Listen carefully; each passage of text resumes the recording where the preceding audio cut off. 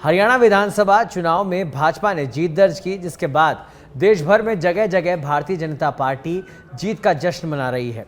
इसी के चलते विकासनगर में भी भाजपा विधायक समेत कार्यकर्ताओं ने जबरदस्त आतिशबाजी के साथ एक दूसरे को मिठाई खिलाकर पार्टी की जीत का जश्न मनाया। दरअसल विकासनगर की पहाड़ी गली चौक पर एकत्रित हुए भाजपा कार्यकर्ताओं ने विधायक मुन्ना चौहान की मौजूदगी में जमकर नारेबाजी की और जश्न मनाया।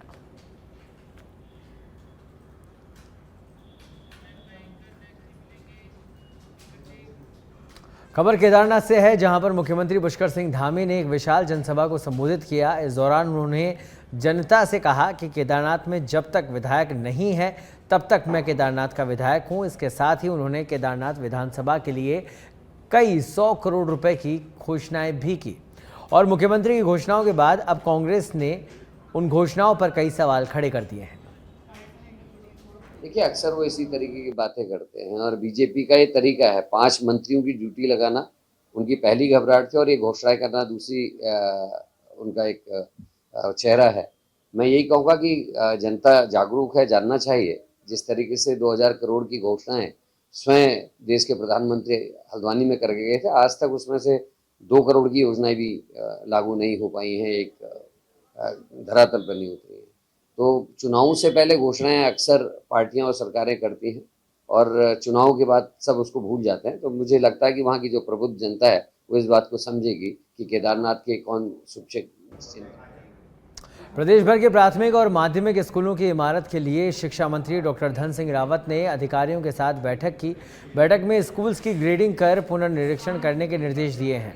इस बात पर उत्तराखंड माध्यमिक शिक्षा बोर्ड के निदेशक लीलाधर व्यास ने कहा कि मंत्री जी के निर्देशों के अनुसार स्कूल्स की इमारतों की ग्रेडिंग को ABCD के रूप में 4 श्रेणियों में रखा गया है। जो माननीय मंत्री जी के निर्देश हैं, उनके निर्देशों के अनुसार स्कूलों को 4 कैटेगरी में विभाजित किया गया है। एक A कैटेगरी के विद्यालय हैं, जहाँ निर्माण की आवश्यकता नहीं है, जहाँ भवन हमारे सुलभ है। एक B कैटेगरी के विद्यालय हैं, जहाँ लघु मरम्मत की आवश्यकता है, और एक C कैटेगरी के विद्यालय हैं, जहाँ दीर्घ मरम्मत की आवश्यकता है। और D श्रेणी में ऐसे विद्यालयों को चिन्हित किया गया है जहाँ विद्यालय जीर्ण शीर्ण हो गए हैं या उनको ध्वस्तीकरण की आवश्यकता है, तो वहाँ पर एक नया निर्माण भी प्रस्तावित किया गया है। केंद्रीय गृह मंत्री अमित शाह एक दिवसीय दौरे पर उत्तराखंड पहुंच रहे हैं। केंद्रीय गृह मंत्री अमित शाह का 13 अक्टूबर को उत्तराखंड के सीमांत जनपद उत्तरकाशी और देहरादून के प्रस्तावित भ्रमण कार्यक्रम को लेकर पुलिस प्रशासन और भाजपा संगठन की तैयारियां शुरू हो गई है। हालांकि अभी गृह मंत्री अमित शाह का उत्तराखंड का यह दौरा प्रस्तावित है। गृह मंत्री के दौरे को लेकर उत्तराखंड भाजपा अपनी तैयारी को अंतिम रूप देने में जुट गई है। आदरणीय गृह मंत्री अमित शाह जी के कार्यक्रम की सूचना समाचार पत्रों के माध्यम से मुझे मिली है। ऑथेंटिक कार्यक्रम की उनकी प्रतीक्षा है और जो जानकारी मिली है वो वाइब्रेंट विलेज है उत्तरकाशी जिले में, वहाँ वो जाकर के भ्रमण करना चाहते हैं, ऐसा है। और एक बैठक उनकी देहरादून में रहेगी और विधिवत कार्यक्रम जब उसका आएगा तो उस हिसाब से फिर बात करें। खबर देहरादून से है, जहां पर प्रवर समिति की 3 बैठकें हुई, जिसमें प्रदेश में निकाय चुनाव को लेकर प्रवर ने बड़ा फैसला लिया है। बैठकों में यह साफ हो गया है कि अब पूर्व के आरक्षण के तहत ही दिसंबर तक निकाय चुनाव करवाने होंगे। वहीं पेपर समिति के इस फैसले के बाद कांग्रेस के प्रदेश अध्यक्ष करण मेहरा ने बयान दिया है। उन्होंने कहा कि सरकार निकाय चुनाव को लेकर घबराई हुई सी लग रही है। सरकार पहले केदारनाथ विधानसभा में उपचुनाव करवाना चाहती है। देहरादून शहर को एक नए प्लान के तहत बसाने का काम बहुत तेजी से चल रहा है। वहीं स्मार्ट सिटी की बात करें तो स्मार्ट सिटी का काम तो लगभग पूरा हो चुका है, लेकिन इन सब के बीच में बीजेपी के वरिष्ठ विधायक और पूर्व में देहरादून शहर के मेयर रहे विनोद चमोली ने सवाल खड़े कर दिए हैं। विनोद चमोली का कहना है कि पूर्व में देहरादून शहर को लेकर मैंने एक DPR बनाई थी, लेकिन अब अधिकारियों ने अपने हिसाब से नई DPR तैयार कर दी है। देहरादून से मेरा संबंध है, भावनात्मक संबंध है, और खासकर नगर निगम से, देहरादून के काम से। तो जब तक मैं शायद जीवित रहूंगा मेरी ये पीड़ाएं बरकरार रहेंगी। जिस तरह से मैं काम को करना चाहता हूं, जिस तरह मैंने काम किया है, उस काम को उस तरह आगे नहीं बढ़ाया गया। मैंने अपनी पीड़ा वहां पर रखी है, क्योंकि जब हम इसको स्मार्ट सिटी में लाए उस समय हम लोगों ने एक DPR बनाई थी और उसको बोर्ड ने अपनी स्वीकृति दी थी। बाद में जिस तरह से काम हुए उस DPR से इतर हट के काम हुए हैं और जो कुछ हम शहर में बेहतर करना चाहते थे उस तरह से नहीं हो पाया जैसे हमारी अपेक्षाएं थी। तो कहीं ना कहीं एक जिम्मेदार शहरी होने के नाते, और क्योंकि नगर निगम मेरा ब्रेन चाइल्ड है, मैंने बनाया भी है और काम भी किया है उसमें, इस शहर में विकास के लिए मैं तमाम वर्षों से। आईजी गढ़वाल करण सिंह नगन्याल ने हरिद्वार पहुंचकर ग्राम पेंटिंग ली। इस दौरान हरिद्वार जिला पुलिस के सभी अधिकारियों के साथ आईजी ने जिले में हुई आपराधिक घटनाओं और उन पर हुई कार्रवाई के बारे में विस्तार से जानकारी ली। आईजी ने आपराधिक मुकदमों के बाद आरोपियों की गिरफ्तारी पर संतोष जताया। हालांकि लूट और डकैती के मामले में माल की रिकवरी कम होने पर अधिकारियों को आवश्यक निर्देश दिए। मीडिया से मुखातिब होते हुए आईजी ने दावा किया कि ज्वालापुर के बहुचर्चित सराफा कारोबारी से डकैती के मामले में गैंग के सरगना को जल्द से जल्द गिरफ्तार कर उसके माल की रिकवरी भी की जाएगी। उनकी गिरफ्तारी और साथ ही जो इनामी बदमाश हैं उनके जो है धरपकड़ की जो कार्रवाई है, इनाम यदि धरपकड़ नहीं हो पा रहा है तो उसमें इनाम बढ़ाने की कार्रवाई, इन सब की समीक्षा की गई है। तो मैं देख रहा हूँ कि कार्रवाई अच्छा किया गया। जनपद हरिद्वार के द्वारा गिरफ्तारी का परसेंटेज भी काफ़ी ऊंचा है। मैं जो है हम लोगों ने अभी गोष्ठी की है, गोष्ठी में ये कहा गया कि जो टीम है वो और भी जो रिसोर्स है उनको मालूम करके, तो मुझे लगता है बहुत जल्दी इसमें हमारी टीम को सफलता मिल जाएगी एक सप्ताह के अंदर। बरसात के बाद उत्तराखंड की यात्रा अपने चरम पर है। लगातार श्रद्धालु उत्तराखंड की चारधाम यात्रा पर पहुंच रहे हैं। वहीं यात्रा पर प्रतिक्रिया देते हुए पर्यटन मंत्री सतपाल महाराज ने कहा कि यात्रा लगातार जारी है। साथ ही उन्होंने कहा कि यात्रा के लिए रजिस्ट्रेशन ज़रूरी नहीं है। अगर कोई अपनी स्वेच्छा से रजिस्ट्रेशन कराना चाहता है तो वह कर सकता है। और उन्होंने कहा कि धीरे धीरे चारधाम यात्रा में यात्राओं की संख्या भी बढ़ेगी। रही है इस समय हमने कोई रजिस्ट्रेशन कंपलसरी नहीं किया है। जो स्वैच्छिक रजिस्ट्रेशन चाहते हैं वो अपना कराएं, बाकी कोई रजिस्ट्रेशन कंपलसरी नहीं है। यात्रा हमारी सामान्य चल रही है और धीरे धीरे संख्या बढ़ेगी जैसे ही अब छुट्टियां हों। उत्तराखंड में लेपर्ड की 2 खालों के साथ एक वन्यजीव तस्कर को गिरफ्तार किया गया है। एसटीएफ को यह बड़ी कामयाबी मिली है। उत्तरकाशी के पुरोला थाना क्षेत्र से वन्यजीव तस्कर की गिरफ्तारी हुई। उत्तराखंड स्पेशल टास्क फोर्स और वन्यजीव अपराध नियंत्रण ब्यूरो की संयुक्त टीम ने वन्यजीव तस्कर को पकड़ा। वन्यजीव तस्कर को एसटीएफ की टीम के द्वारा 2 लेपर्ड की खालों के साथ कल गिरफ्तार किया गया है और ये थाना पुरोला क्षेत्र में इसकी गिरफ्तारी हुई है। अभियुक्त उत्तरकाशी का ही रहने वाला है, गंगोर गांव का है, ब्रिजमोहन पुत्र जनक सिंह, और इसके द्वारा बताया गया था कि ये इनको बेचना चाह रहा था। ये जो इनपुट था ये WCCB wild life crime control bureau Delhi की टीम के द्वारा जो इनपुट दिया गया था, इसी को हमारे द्वारा डेवलप किया गया था एसटीएफ की टीम द्वारा। और कल देर रात ये अभियुक्त जो वन्यजीव तस्कर है ब्रिजमोहन सिंह पुत्र जनक सिंह, इसको लेपर्ड की 2 खालों के साथ। उत्तराखंड के चमोली में श्री बद्रीनाथ क्षेत्रांतर्गत नीलखंड ट्रैक पर फंसे 4 विदेशी पर्यटकों का एसडीआरएफ ने सकुशल रेस्क्यू किया है। ये rescue SDRF team post Badrinath से मुख्य आरक्षी राहुल थापा के नेतृत्व में किया गया। दरअसल टीम को सूचना मिली थी कि कल रात को 4 विदेशी पर्यटक नीलखंड ट्रैक पर फंस गए हैं, जिसके बाद एसडीआरएफ की पूरी टीम मैजाप्ता मौके पर पहुंची और सकुशल उन्हें रेस्क्यू किया गया।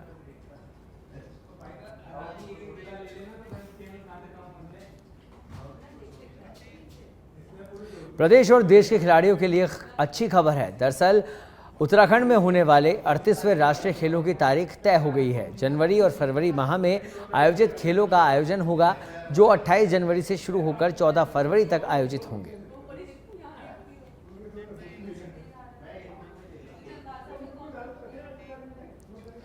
दुर्गा मंदिर दिनेशपुर में अष्टादि षष्ठादि कल्पारंभ पूजा और मंगल घट की स्थापना के साथ नवरात्र पर होने वाली 5 दिन की दुर्गा पूजा महोत्सव का आगाज हुआ। महिलाओं ने नगर में कलश यात्रा भी निकाली। गुरुवार को सप्तमी के दिन देवी देवताओं की प्रतिमाओं में प्राण प्रतिष्ठा के बाद पूजा का विधिवत शुभारंभ होगा। बुधवार को दुर्गा मंदिर प्रांगण में दिनेशपुर दुर्गा पूजा समिति की ओर से आयोजित पूजा महोत्सव में मुख्य असित चक्रवर्ती ने मंगल ध्वनि के बीच मंदिर के दक्षिण पूर्व कोण में स्थित बैल वृक्ष के नीचे मंगल घट की स्थापना के बाद षष्ठादि कल्पारंभ पूजा का समापन किया। स्थापना के साथ षष्ठादि कल्पारंभ होता है और माँ को कैलाश पर्वत से आह्वान करके पृथ्वी लोक पे लाया जाता है माँ के इन 5 दिवसीय पूजा के लिए। और माँ आती हैं और वही इस समय जो है षष्ठादि कल्पारंभ हुआ है, घट स्थापना हुई है और आज से पूजा का विधिवत रूप से आरंभ हो गया है। माता रानी कैलाश पर्वत को छोड़ के पृथ्वी लोक में आ रही है कि पृथ्वी लोकवासियों का दुख, दर्द और कष्ट जो है वो हरने के लिए आ रही है। आज दुर्गा पूजा का प्रथम दिन है। षष्ठी पूजा का आज उद्घाटन हुआ है। प्रथम हमारा बेल पूजा हमारा किया गया है दुर्गा माँ के मंदिर प्रांगण में। इसके लिए सभी क्षेत्रवासियों को मैं कहना चाहता हूँ कि आप अधिक से अधिक संख्या में आए और माँ की पूजा में पूर्ण रूप से माँ की पूजा को संपन्न करें। ये तो हमें बहुत गर्व है कि ऐसी हमारी संस्कृति और सभ्यताओं को हम बचा के रखे हैं और आगे भी ये चलता रहेगा। लेकिन इसमें सबसे बड़ी चीज़ है कि हम जितना हो सके माँ से अपनी अंतरात्मा से जुड़े रहें। और ये 10 दिन जो है ये पूरी पृथ्वी से लेके धरती तक सभी जो है दरवाजे खुले हुए हैं। जिसको जो चाहिए, जिस प्रकार की चाहिए, जो चीज़ चाहिए, जो भी धन संपत्ति, पुत्र, सुख शांति, धन धन्य, ऐश आराम, सारा सब कुछ माँ इस टाइम दरवाज़ा खोल के बैठी है। सिर्फ हमें जो है उससे संबंध जोड़ने के लिए अपने अंदर वो शक्ति को। तिरुपति बालाजी मंदिर में लड्डू वाले प्रसाद में मिलावट का मामला चर्चाओं में है। आश्चर्यजनक बात यह है कि लड्डू के घी में मिलावट के तार उत्तराखंड से जुड़े हुए हैं। यहाँ की कंपनी में बने घी का इस्तेमाल तिरुपति बालाजी के प्रसाद में हो रहा था।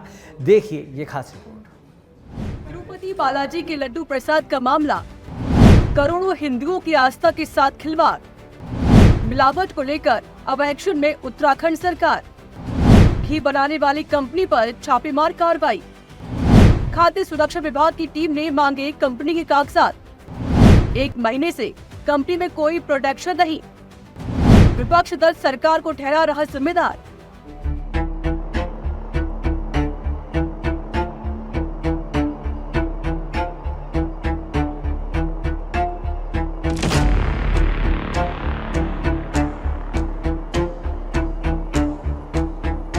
आंध्र प्रदेश में तिरुपति बालाजी के मंदिर में लड्डू का जो प्रसाद दिया जा रहा था, उसके घी में मिलावट की बात सामने आई थी। घी में पशु की चर्बी होने तक की बात कही गई थी। जैसे ही बात सामने आई तो पूरे देश को हिलाकर रख दिया। एक साथ करोड़ों हिंदुओं की आस्था के साथ खिलवाड़ किया जा रहा था। तिरुपति बालाजी मंदिर के प्रसाद में दिए जाने वाले लड्डू के घी में मिलावट को लेकर उत्तराखंड सरकार भी अब बैकफुट में नजर आ रही है। इस बड़ी घटना को लेकर कैबिनेट मंत्री सौरभ बहुगुणा का कहना है कि कल ही उन्होंने अपने विभाग को जांच के लिए भेजा है और जल्द ही मामले में बड़ी कार्रवाई होगी। उन्होंने बताया कि जैसे ही मामले के बारे में जानकारी मिली, तुरंत खाद्य विभाग को सैंपलिंग के लिए भेजा गया और बहुत जल्दी रिजल्ट आ जाएंगे और दोषियों के खिलाफ सख्त कार्रवाई की जाएगी। फैक्ट्री का कोई भी मतलब नहीं था, ना हमारा रजिस्ट्रेशन था, ना उसका हमारे से कोई हमारे साथ कोई डेयरी फेडरेशन से उसका कोई लेन देन था। लेकिन हाँ, कल फूड सेफ्टी विभाग ने वहाँ पर छापेमारी करी है और जैसे कि आपको मालूम है कि तिरुपति ये जो प्रसाद की जो बात आई है उस पर सुप्रीम कोर्ट तक में मामला पेंडिंग है। एक SIT बनाई गई है, SIT अपनी जांच करेगी और जो भी उसमें दोषी पाया जाएगा, अगर वो हमारी स्टेट से भी कोई उसमें दोषी पाया जाता है तो उसके ऊपर सख्त से सख्त कार्रवाई की जाएगी।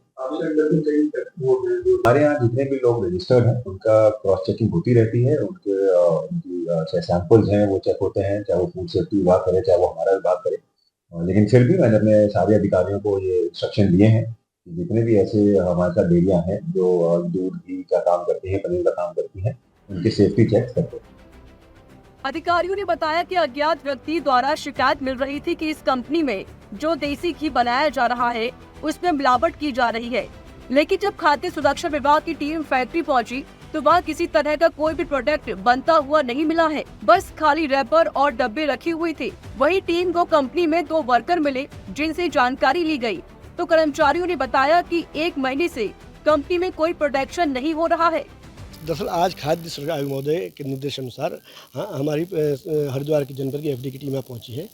तो यहाँ आने का मकसद है कि घी में आजकल मिलावट के आधार पर हम लोग जांच कर रहे हैं। आयुक्त महोदय द्वारा जो निर्देश दिए गए कि इसकी जांच की जाए कि मेन फैक्ट क्या है। उसके आधार पर हम जब यहाँ पहुँचे तो हमें पता चला कि सेंट्रल लाइसेंस की वो है, इसमें जो निर्माण जो लाइसेंस दिया गया सेंट्रल FSI द्वारा लिया गया है, सेंट्रल यूनिट है। तो आज महोदय के निर्देशन हम आए हैं, अदरवाइज सेंटर की जो उनकी इन्फॉर्मेटिव टीम है वो इस पर कार्य करती है। तो हमने पाया यहाँ पे तो देखा कि यहाँ पे कोई भी इस पर मशीनें इंस्टॉल है, लेकिन इस पर कोई भी इस टाइम फाइनल प्रोडक्ट हमको नहीं मिला है, ना बन रहा है। फिलहाल खाद्य सुरक्षा विभाग के अधिकारियों ने कंपनी को कागजात दिखाने के लिए निर्देशित किया है। वही मामले में एक तरफ सरकार कार्रवाई की बात कर रही है तो वही विपक्ष सरकार को जिम्मेदार ठहरा रहा है। अब देखना होगा कि इस मामले पर कितनी सख्ती से कार्रवाई की जाती है। भारत के तिरुपति मंदिर में जो सबसे बड़ी आस्था का केंद्रों में से एक है, लड्डुओं में जो प्रसाद का है उसमें गाय के चर्बी की बात सामने आई और जिससे सभी सनातन धर्मी बहुत ज़्यादा गुस्से में और क्रोध में हैं और बहुत परेशान हैं, जिसको धार्मिक रूप से हमारे यहाँ वर्जित माना गया है हिंदू धर्म में, सनातन धर्म में, उसको का सेवन प्रसाद के रूप में हमको कराया गया। और जानकर आश्चर्य करेंगे, जो पार्टी सनातन धर्म के नाम पर वोट मांगती है, लगातार सनातन धर्म के नाम पर देश के लोगों को, नागरिकों को बांटने का काम करती है, नफरत फैलाती है, उस पार्टी की सरकार के तहत ये हुआ है। एक तरफ वो राज्य जिसको देवभूमि कहते हैं, जिसमें भारतीय जनता पार्टी की सरकार है, उस राज्य से ही घी सप्लाई हुआ है भगवानपुर से, जो हरिद्वार के रुड़की क्षेत्र में पड़ता है, और आज तक जो है उसके अपराधी नहीं पकड़े गए, ना उनका नाम सार्वजनिक किया गया है। और जानकर आश्चर्य करेंगे कि डबल इंजन की सरकार की, केंद्र सरकार की खाद्य प्राधिकरण और खाद्य मानक सुरक्षा के तहत इसका लाइसेंस जारी हुआ है। और ये आश्चर्यजनक है कि केंद्र सरकार के द्वारा दिए गए लाइसेंस में और एक ऐसे राज्य में जिसमें भारतीय जनता पार्टी की सरकार है, वहाँ ये फैक्ट्री चल रही थी। उत्तराखंड को पूरे भारत में दिव्य भूमि के नाम से जाना जाता है। यहाँ से भी करोड़ों हिंदुओं की आस्था जुड़ी हुई है। तो वही तिरुपति बालाजी मंदिर के प्रसाद में मिलावटी घी का उत्तराखंड से ताल्लुक रखना अब कई सवालों के घेरे में है। एक तरफ सरकार कार्रवाई की बात कर रही है तो वही विपक्ष सरकार को जिम्मेदार ठहरा रहा है। अब देखना होगा कि इस मामले पर कितनी सख्ती से कार्रवाई की जाती है। उत्तराखंड से ब्यूरो चीफ योगेश सेमवाल की रिपोर्ट।